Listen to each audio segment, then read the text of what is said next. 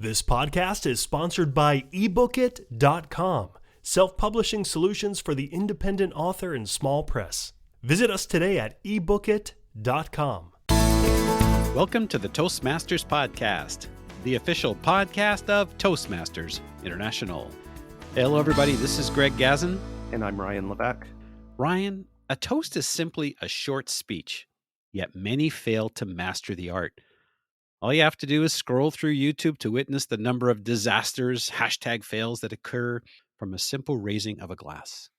With toasting season right around the corner, we're fortunate to have someone who's literally a toast master, a master of the toast. Ryan, who are we speaking with today? Today's guest is Eddie Rice. Eddie is a professional speechwriter with over a decade of experience in helping business leaders, keynote speakers, TED Talk presenters, nonprofit organizations, and everyday people enhance the messages they tell through great storytelling and structure. Types of speeches that Eddie coaches and writes include keynotes, TED and TEDx talks, nonprofit advocacy speeches, and of course, ceremonial speeches like the toast, which he covers in his award-winning and best-selling book, Toast: Short Speeches, Big Impact. A fellow Toastmaster, Eddie is a member of East Side Toastmasters number 6500 in Shaker Heights, Ohio. Eddie wrote an article in the June 2023 issue of the Toastmaster magazine. It's called, "It's Your Turn to Toast. Get Past Your Fear by Learning to Cheers." Eddie Rice, welcome to the Toastmasters podcast. Welcome. Thank you very much. I'm glad to be here. I love the effective use of the pause, Eddie. You're a toast master. I love that too. I noticed it as well. Yes, a master of the toast. We'll just call you Eddie the Toast Coach. How's that? I like that too. I might put that on the website. Just to kick things off, how did you actually discover your passion for speech writing, especially the toast? The passion for speech writing really came through in high school and college. I was on the mock trial team, and it's very much like debate, but even nerdier, where you get to impersonate lawyers on both sides of a case and argue it in front of real judges and attorneys.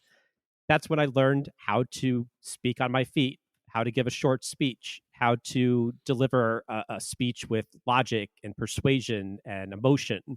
And from there, it blossomed where in college, I took this amazing course called Rhetoric in Antiquity and loved just the art and craft of writing a speech and persuading through the spoken word and the written word as well. And from there, it just built up after a career in teaching. I went out as a freelancer and started to write speeches for people, and it really worked well. And I found a niche that just blossomed. Wow. Now, of course, you decided to focus in on the toasts. And when we think of the toast, quite often we think of it as something to honor the person or to make some sort of personal connection to share with them or the attendees at, for example, a wedding.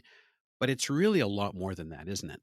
It is, but you hit on the core right there. You're honoring the person, you're honoring the event, and you are putting together great words that people are going to remember. And now in this age of YouTube, they're going to remember them forever. Oh dear, that's right. You hate the hashtag fail, right? Of course, there's way too many of them on YouTube, but there are some pretty good ones on there too. That's actually where I started to learn how to put a toast together, was just watching really great examples and the bad examples too, saying, what can I learn from this? How can I make it better for the people that I'm writing for? Eddie, your article opens with, I don't know if it's a good or a bad example. We'll leave that to the audience to judge, but it's definitely a mic drop. Can you share the story of the groom giving a toast at the wedding that you open your article with? Of course. So I didn't get to witness this. This was told to me by Steve Gamlin, the DJ at the wedding. And I actually found him through a source called Harrow, Help a Reporter Out. But he was able to relate this story to me. I don't know if I want to tell too much of it because I feel like it's better when you read it. But I'll just leave it there that it's very much a mic drop moment where I think the crowd and the DJ were all a little bit stunned after hearing this very short speech, which was about one line long. So obviously it's true, because Ryan and I were discussing this ahead of time as we're wondering whether this was just an example you created for the purpose of the article or whether it was an actual true story. As far as I know, according to Steve, it is a true story that he witnessed. It is definitely a real thing that happened. Hmm. So again, without giving away too much, I do just want to pick up on the thread inspired by this story at the start of the article. Sometimes people are called upon to give a toast when there's a strained relationship between the person giving the toast and the person who's being honored. What advice do you have on how to handle that type of a situation? There's a few ways that you can go when this happens, and it's happened to me a few times in the past, not for me giving a toast to anyone, but for the people that I've worked with and helping them come up with the right words. I think if you have the time, patch up that relationship ahead of time. If it's strained, I mean, Yeah. just bury the hatchet, do whatever you can to make things right, and not leave things, unfixed. But at the same time, you can also just bow out of giving the speech. You can easily just politely decline and say, "Look, I don't think I'm going to be the best person to give this." And you don't have to give it, even though you've been asked. And then if both of those ideas don't work for you, the best thing you can do is one, to keep it short and to find something that you can praise about the person, to not speak about the strained relationship, but instead speak of the happier times and the moment that you're celebrating. Because when you're giving that speech, it's not just between you and the person that's up there. You also have this larger audience that you have to give it to. So as a result, you want to be able to give something that is going to make the day better for people and not worse. Yeah, that makes sense. Because the last thing you want to do is put in a whole bunch of false praise, because right off the bat, people who know both of you are going to think, well, this is just pure, you know, nonsense, I guess. Something I really appreciate about you as a podcaster, Greg, is your microphone. Thanks, Ryan.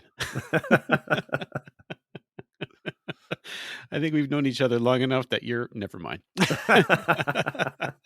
Cheers to that. Yeah, cheers to that. Exactly. I'm just thinking about the toast itself, and I've heard toasts that are basically 3 words long, they're 30 words long, and I've listened to some that are even 30 minutes long. What is the right length for a toast, Eddie? So there's no particularly right length. It's kind of like a movie where you've got some movies that are really good at like an hour and 20 minutes. And then there are other movies that are really good at 3.5 hours. There's only a few of those out there. But for most of the time with a toast, you want to go for about 3 to 5 minutes for what you want to say. That's just long enough to say one really great story and a few kind words about the person, but it's not too long that you're going to bore the audience. And you have to take into account, of course, that you have other people that are going to be speaking and other events that happen during the reception, that you don't want to steal the limelight from everyone that's going to be there and participating in all of the events that are happening. Yeah, that's true. You can also adjust if there are only going to be 2 or 3 people giving toasts. It might be a little bit different than if there's a dozen. Exactly. Yeah, great. Eddie, there was something in your article that I almost disagreed with until I read it a little bit more closely. And it's about inside jokes. Right. I found that you say to keep them to a minimum. And at first, I think I read it as like, don't include inside jokes. But in my experience, I often enjoy hearing an inside joke that I'm not in on in a toast, because it just makes my imagination go wild. And it just makes you think, oh my gosh, there's got to be an amazing story behind whatever they're referring to, a really outrageous story. What could it be? But can you say a little bit more about inside jokes and how to find the right balance? Of course. And I think what I was going for at that, the idea here was you have this audience of a mixed group of people, and you want to be able to include them as much as possible. What I caution against is when an entire toast is just a running list of inside jokes that only the person who's being toasted or honored is going to get, and everyone else is left out in the cold and they can't laugh with them. Mm. What happens too often, if there are too many inside jokes, you shut out the entire audience. And that's what I don't want to happen. One or two that seem funny, or at least can be funny without having to be explained, no problem at all.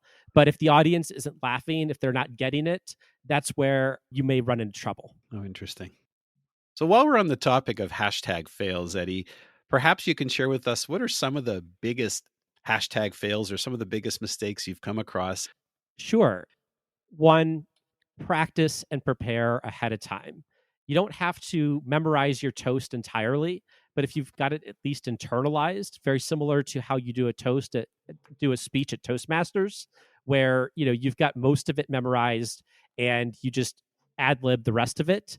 That's perfectly fine to do, and there's nothing wrong with that at all. You just don't want to give it for the first time on the actual day of the speech itself. Basically, one of the biggest mistakes is people obviously not being prepared, just trying to wing it. Oh, very much.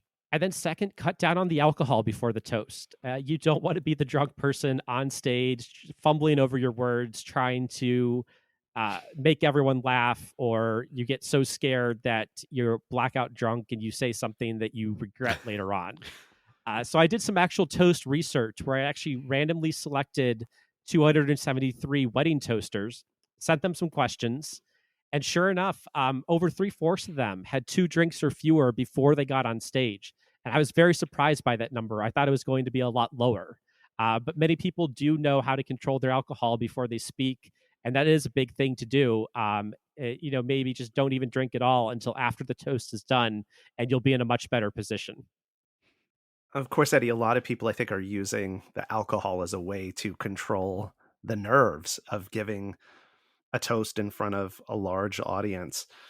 You have in your article what I thought was a really powerful idea about using fear as a positive motivator. Could you speak to that for a moment? Sure. So, what I talked about in the article was this idea that a lot of times we think of fear as something that's going to weaken us, it's going to paralyze us, it's going to keep us from doing our best. But if you reframe how you look at fear and see it as a positive motivator, what you're going to then see is that it's going to motivate you to practice more. It's going to motivate you to edit more. It's going to motivate you to just take care of the speech just as much as you were a first time parent or you take care of a dog. Same idea. You have this fear that you don't want anything bad to happen to them. It's that same idea. You don't want anything bad to happen in your speech. So why not prepare, write, edit, rehearse, and do your best on that day? That's how you can use fear and reframe it as something negative rather than into something from something negative into something positive. Hmm. I love that. Eddie, I think sometimes people also have nerves because they're concerned about how to do it right. In addition to being prepared, knowing should it go this way or that way. And Greg and I were actually having a bit of a debate yesterday, or maybe not a debate, but we were trying to figure out what is the proper etiquette in a toast for the end. So from I'll call it the raising of the glass, the saying cheers or whatever it is, and then who takes a sip? Does the person giving the toast take a sip? Does the person being honored? Does everybody? Can you kind of clear up some of that etiquette of the end of the toast for us? Oh man, you'd probably have to ask a wedding planner that question, because I really don't know, to be honest, what the actual proper etiquette is when you actually have to drink from the glass. I know it's bad luck to toast with water or an empty glass, but for some people that's perfectly okay to do if you're not drinking at the reception. I think it's just whatever feels natural to you in that moment. I went to 3 different weddings over this past year, and they all had different protocols, different etiquette, different ways that they were doing things. We're in this post etiquette period at times where whatever goes or whatever the bride or the groom wants at the wedding is what ends up happening. We're just in this moment where, sure, there are certain things you should and should not do, but I think the rules are a lot looser than we may expect them to be or what they were maybe 50 years ago. I think this is an opportunity for a future episode because I was always told that when you toast with either water or wine, not anything else. And then one time I did a toast as an educational for Toastmasters. And at the end, I forgot to take a sip. And I was told, oh, the person who's giving a toast is not supposed to take a sip. And then I'm also reading where the opposite, where it's the honoree, is not supposed to take a sip. So I guess who knows? Yeah, definitely talk to an etiquette professional or a wedding planner. I bet they have an answer for this and probably know the entire history behind it. I just take care of the words and let everything else just, happen as it happens. Okay. And I think that's a good approach, Eddie, because after all, what do people really remember about the toast? They remember the message, they remember the story, not about who's sipping or not sipping and when. Right, right. If that's what you're focused on, I think, you need to maybe change your focus for the wedding and just, relax and just listen for a great story. Well, if you were listening to our heated debate we had yesterday, just kidding. So, Eddie, your article gives some great tips on preparing and delivering a toast. You use the acronym CHEERS. I'm just wondering if you can maybe perhaps share just a couple of them. And then, of course, people will have an opportunity to read the article. Of course.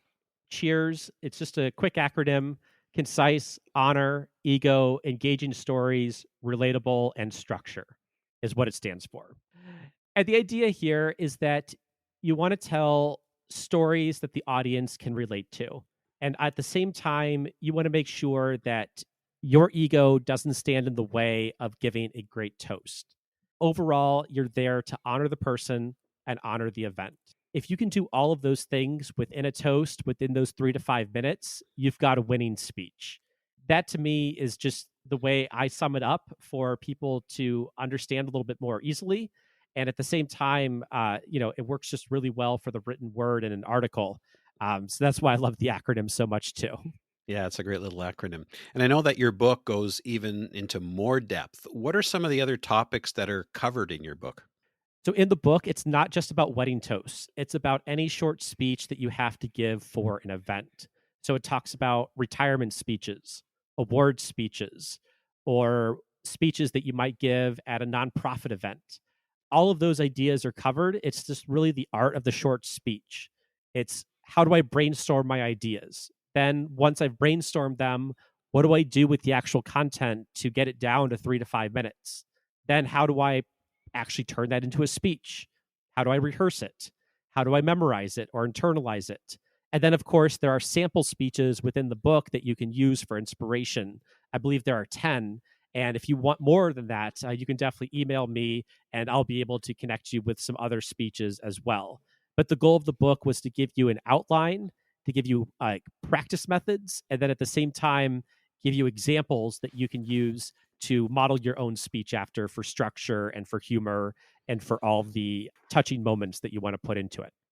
Could you perhaps give us an example or two of a specific best practice based on some of those tips?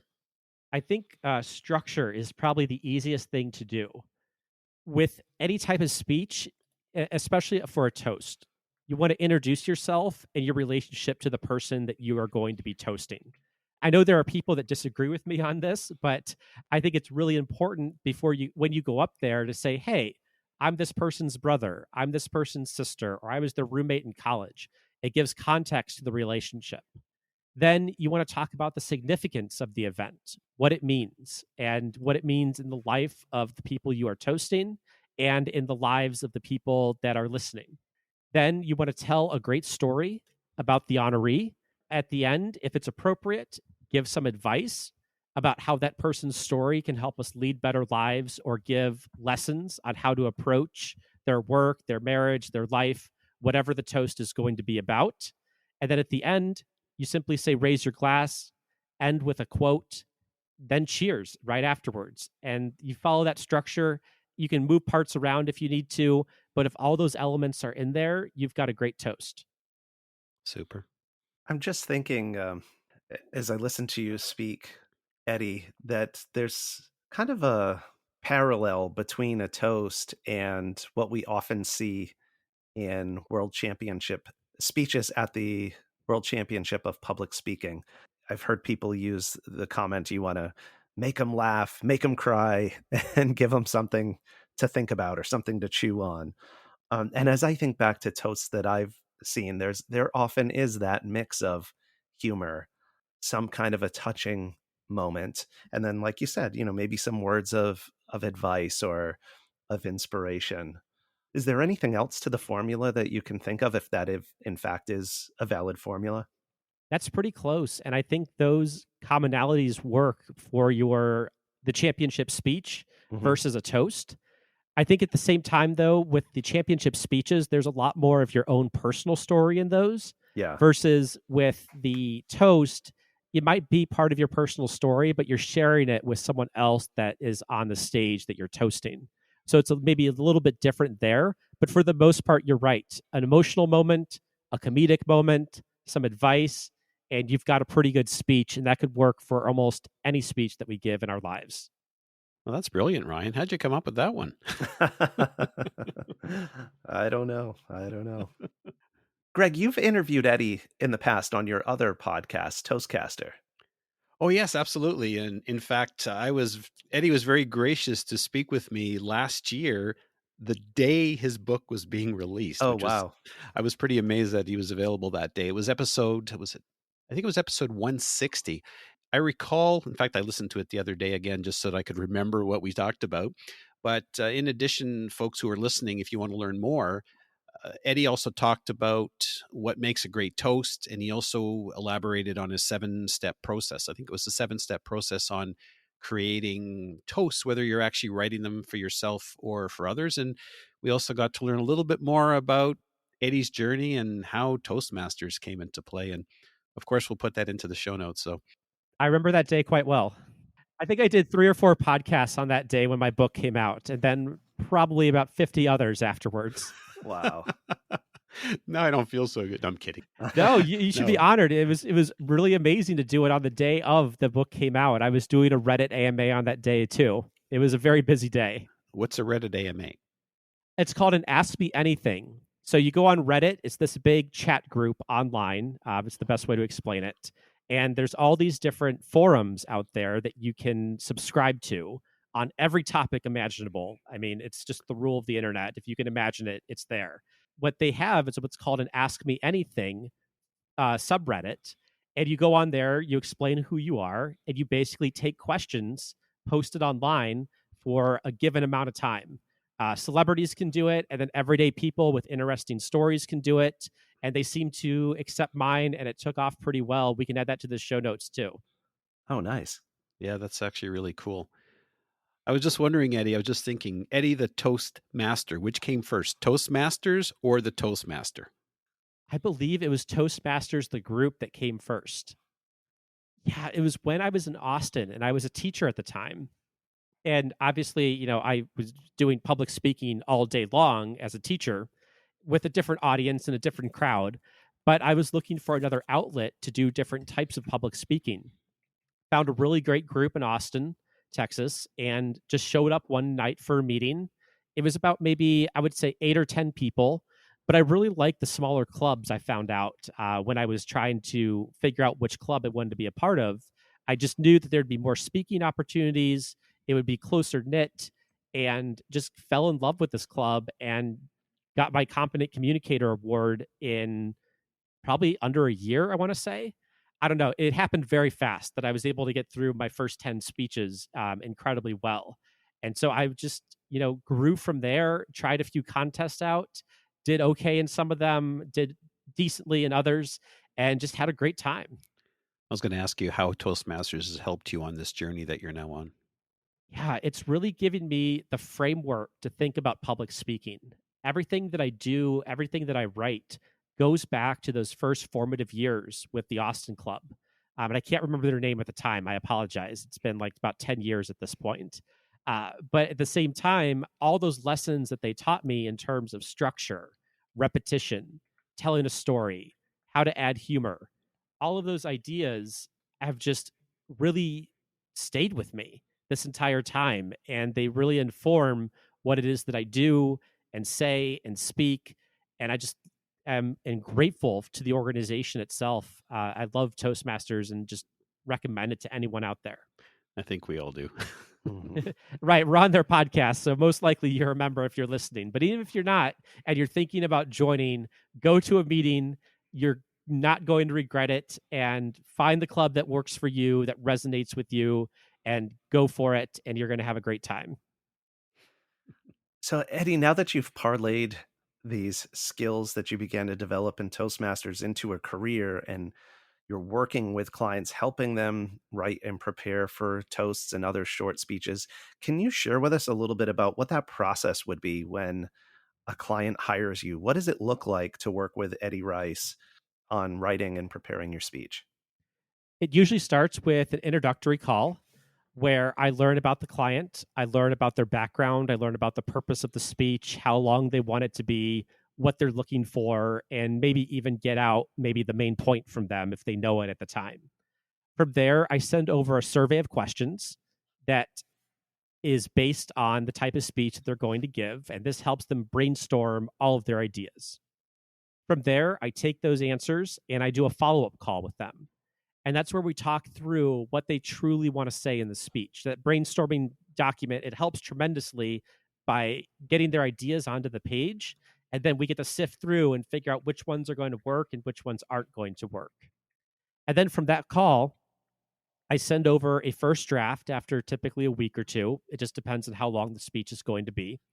And we edit the draft with their feedback. And it's an iterative process from there where we go back and forth on the draft and feedback. And at the end of it, we have a speech. Usually it takes around 3 rounds of revision to get a speech, but sometimes it takes more, sometimes it takes less.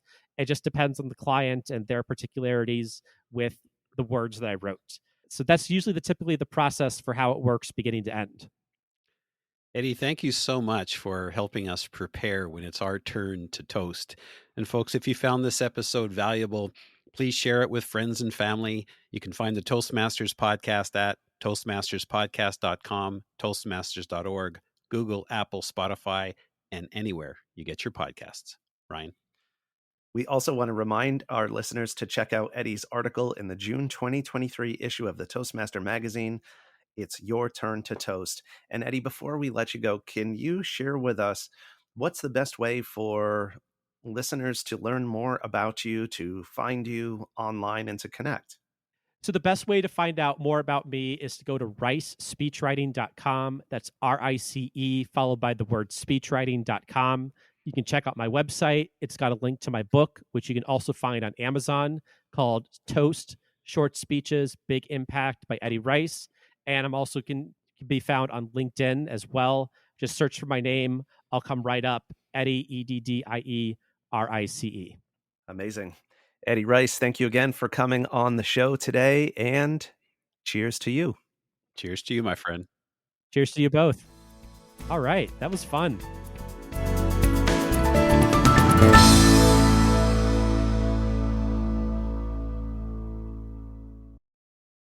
Isn't it about time you published that book you've been thinking about? We can help with that.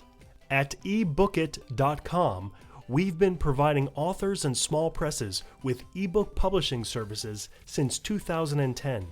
Visit us today at ebookit.com and let us know how we can help you.